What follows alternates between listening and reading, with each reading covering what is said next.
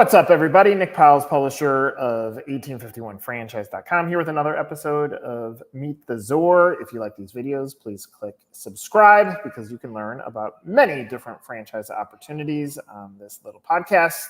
Today, we are talking Big Frog, coming up next.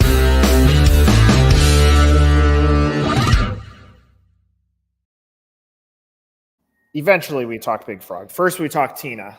Tina, it's a broken record question, but I think it's so important to framing our conversation. How did you accidentally fall into franchising? What's your franchise backstory? It honestly was an accident. We started, my partners and I, we were scientists that decided to start our own online geek company. It's prior to Big Bang. We would have been the precursors to Big Bang geekiness, but we wanted to sell t-shirts. And working with screen printers was an absolute nightmare. They wouldn't walk me through what vectorizing meant and color separation. So we bought our own t-shirt printer, which is still in the stores today. And we were featured on a morning program because, cool ex-scientists starting a t-shirt shop. And next thing you know, it wasn't about geek stuff. It was about printing t-shirts for local churches, schools, plumbers. And when they started calling, we're like, well, if you don't want geek stuff, I guess we could do this. And so we eliminated all the barriers to entry. We're like, just buy one. I'll do the artwork. Not that I'm an artist, but I'll do it for you. We'll print it. No minimums. Just buy what you need. And it really became a disruptor model for the whole industry. Okay, so you're going through this process, building a great business. How does franchising fall into that? And at what point does your brain turn towards let's franchise this thing? So our customer in South Tampa came in and said, I really want to start one of these things. And we're like, well, go right ahead. We won't stop you. And he said, no, I need to franchise. And so we did not know what that meant. We only knew about McDonald's. So we talked to our banker, and he recommended a guy named Rick Champagne to talk to, who was pretty big in Franet through the years. And he kind of walked us through how we franchise. So we did a private placement, self-invested, and got a lawyer and started franchising. Attended our first IFA in 2008, tried to figure this thing out. And there's not much to it other than we've stumbled our way to here at this point. Well, interesting. 2008 was my final IFA before I quit my job and started this. So it's there were big moments happening at that. It was in Orlando. So that big things are happening at that one. All right. So out of curiosity, I mean, as a scientist, the amount of detail that you have to pay attention to and finding gaps is invaluable to what you're accomplishing in that side of your life. Did you go through the same process in franchising? Were you looking at it with a microscope, or were you very trusting about let's just go do this? We did. We at least did some pro formas and tried to figure out, okay, financially, does this make sense? Otherwise, we were going to just open up a chain locally. So we did. We looked at it very closely. I'm definitely in the partnership, the overly analytical person, and that's my background, so that's okay. But we looked at everything. I read, and it was UFOC back then. So I read all the books on UFOC and learned all about that. And then I went to FDD, of course, right after I learned all about UFOC.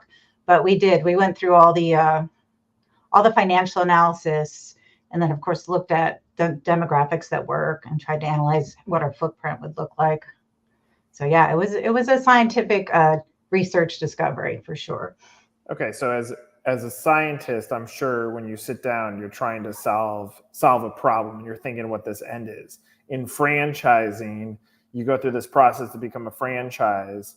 One, what was your dream at that point, and how has your dream played out? Did you expect to be at this level? Did you expect to be bigger? Where did you expect 15 years later? What did you expect to be at? I think we expected to definitely be bigger. COVID set us back a bit in terms of open units. We did close some. And it's definitely had different challenges that we didn't expect, mainly in terms of franchise development. We had a hard time. We grew pretty quickly in the beginning and then stabilized I think our highest, we got to 100, and we've lost about 20 units through the last 15 years for various reasons. So I think finding the right candidate has been the challenge. We definitely were, if we liked the candidate and we thought they were good people, we just thought, oh, they'll be a good fit for the model, and that's not the case. So we still want good people and people we like in the system, but it's definitely become a little more scientific in terms of the type of personality that will do well. So that was definitely a big learning experience for us. I often think of the DNA or the experience of humans. I'm just fascinated by it. And so I think about what is your superpower. And I would imagine, because of your backdrop in science prior to franchising, that problems appear, and you could look at it and say it's the end. Or if you have the mentality of, well, let's figure it out, you go back to the equation and say, what tweaks do we have to make? Does that end up being, in business, a superpower for you, that your mentality and the structure of who you were before you become an entrepreneur gives you that ability to pivot? Yes, I think, and that's how my team is too. We've built a really good team that way. But absolutely, when we had a few closures, the first thing I did was go back to every personality test we ever did on all the candidates, put in a spreadsheet, try some algorithms to figure out who that person is at the end of the day. So Excel is my go-to for just about everything to solve a problem, and of course Google. But yes, absolutely. I think if you can look at numbers and look at it critically, and divorce from emotion, then you can absolutely make more progress. If there's someone you're talking to them at a bar and they say, well, what do you do? What is the opportunity here? How would you explain it? How I, and that actually does happen quite a bit, but not that I'm in the bars all the time. You know what I mean? But yeah, so essentially we say it's a community-based business. If you have been working in corporate for years, it's an opportunity to really connect with everyone in the community. Everyone needs decorated apparel for something. So it's just a nice boutique environment. It's very friendly, a great small team, and people will come in and just request custom shirts and businesses. It's just a fantastic opportunity to connect with nonprofits in the community. I'd say that's what most of our owners really love about it, is for the first time they're truly connected to their local community.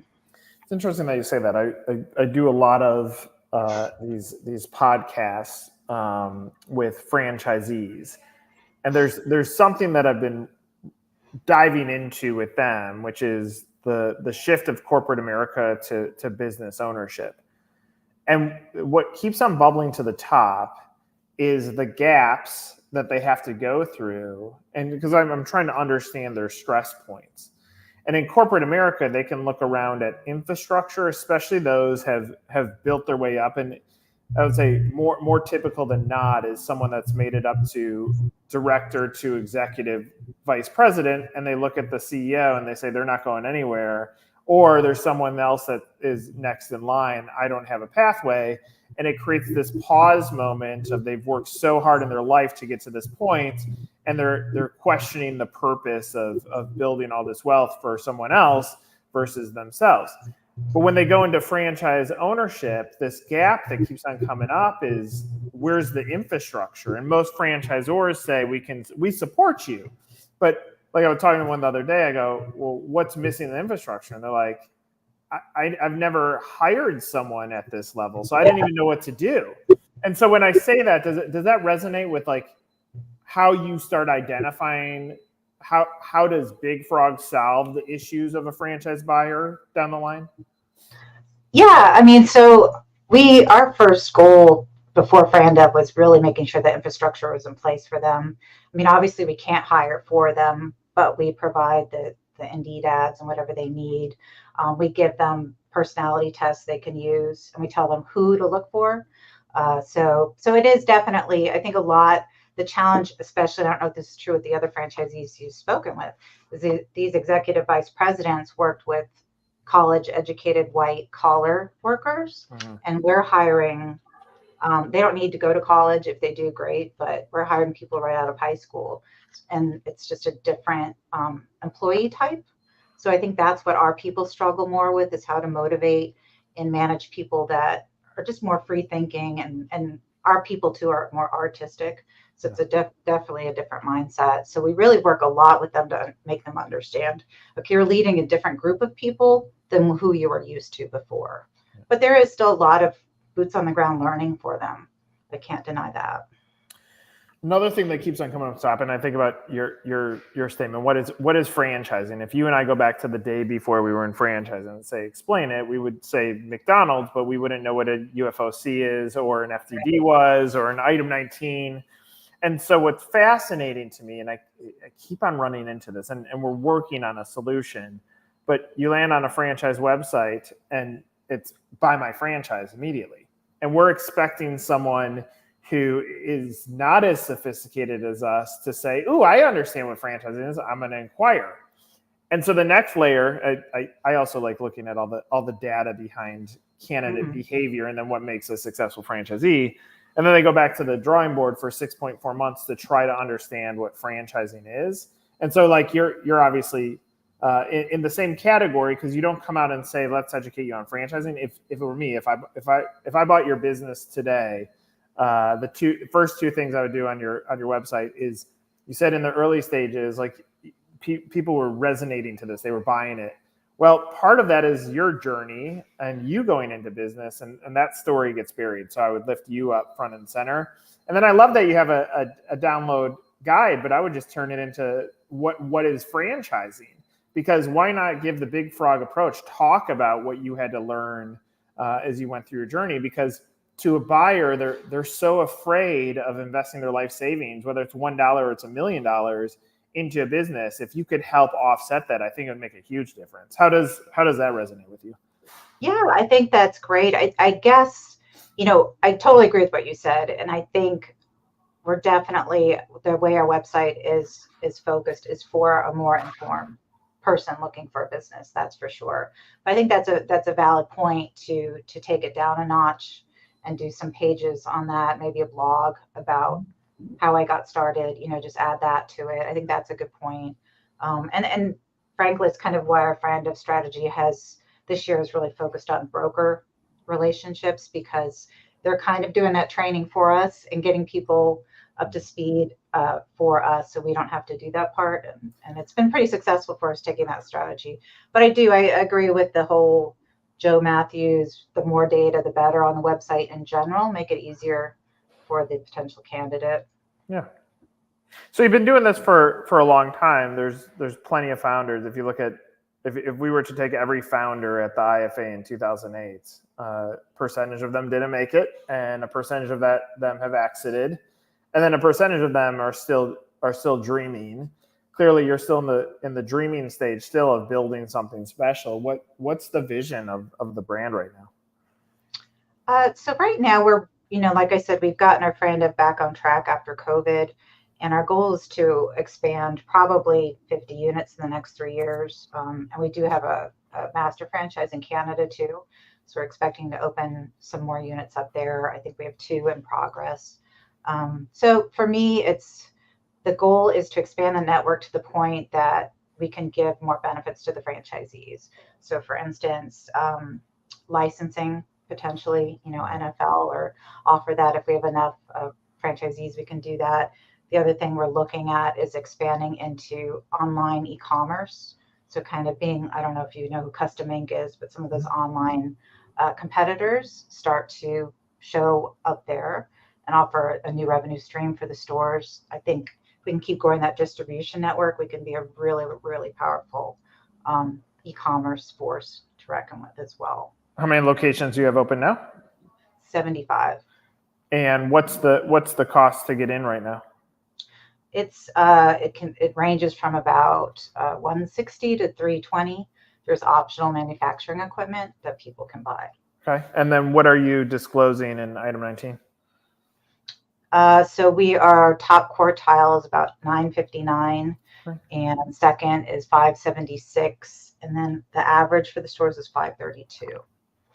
Yeah, and I think all those numbers align nicely. I think per what we said, I've always believed on this, that I would always bet on the jockey, not on the horse. And when I can see who my leadership is around me, that pure vision of saying, like, a custom ink that can buy a Super Bowl ad that ends up being part of our North Star is what happens when our collective can do that, but through locally owned and operated business owners, which makes this quite different.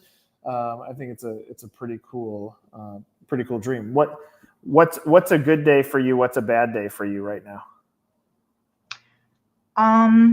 Most days are good. So I think bad days are just days where a franchisee is struggling. We actually just launched a brand new point of sale system this year. So we've had a lot of transition pains with that. So I think those are the bad days where it suddenly stops working. We all go into panic mode and call the POS company. So I think that's been the biggest struggle this year. So I enjoy any day I'm not getting an alert that something isn't working for the point of sale, but that's how they go. We just have to deal with that. But otherwise, we've got really engaged franchisees, so it makes it a fun system. I enjoy speaking to them, and I still do, not to all of them daily, but to at least one or two a day. Yeah. And that's something I enjoy, hearing what's happening and trying to, help with any issues they're having in the store. So, and no, I can't complain. I actually really love my job. I love my team. So I'm good for now. I love that. I joke that I wanted to be a baseball player when I grew up, and here I am talking about franchising, geeking out on franchising. I didn't expect to be here, but I love what I do too. Yeah, it's a nice change. I wanted to be Indiana Jones, and that just didn't work out for me. Sure. All right, Tina, let's close on this. If there's a candidate that has watched this discussion up to this point, anything else you want them to know about the business before we sign off? I think the big thing, and I think this is what every franchisor would say, is we figured out the key to success with the business. And so it's really about following the systems. That's the advantage of franchising. Don't second guess, don't reanalyze, just go with what's working for the stores. And again, that would work for any possible candidate, I imagine, in any system. But that's, don't waste your energy in reinventing the wheel ever. Just move forward. I love that statement. I mean, I on the franchisee front, I had the privilege of keynoting the Paris Baguette Conference last week, and my big message to them was, look around the room. They figured it out. Follow the model. You've invested your life savings. You are paying a significant fee for this. It's not your turn to come up with the next idea. Like, just go follow the model and watch what happens, right? Yeah. So that's awesome. Well, look, I love your backstory. I love the category that you're playing in. You've done tremendous things. I think oftentimes the measurement of success is falsely based on some fake number, but you have success. You have people that are happy and building their businesses, and you have a great North Star. And I've enjoyed talking to you. So thanks for doing this. Me too. Thank you, Nick.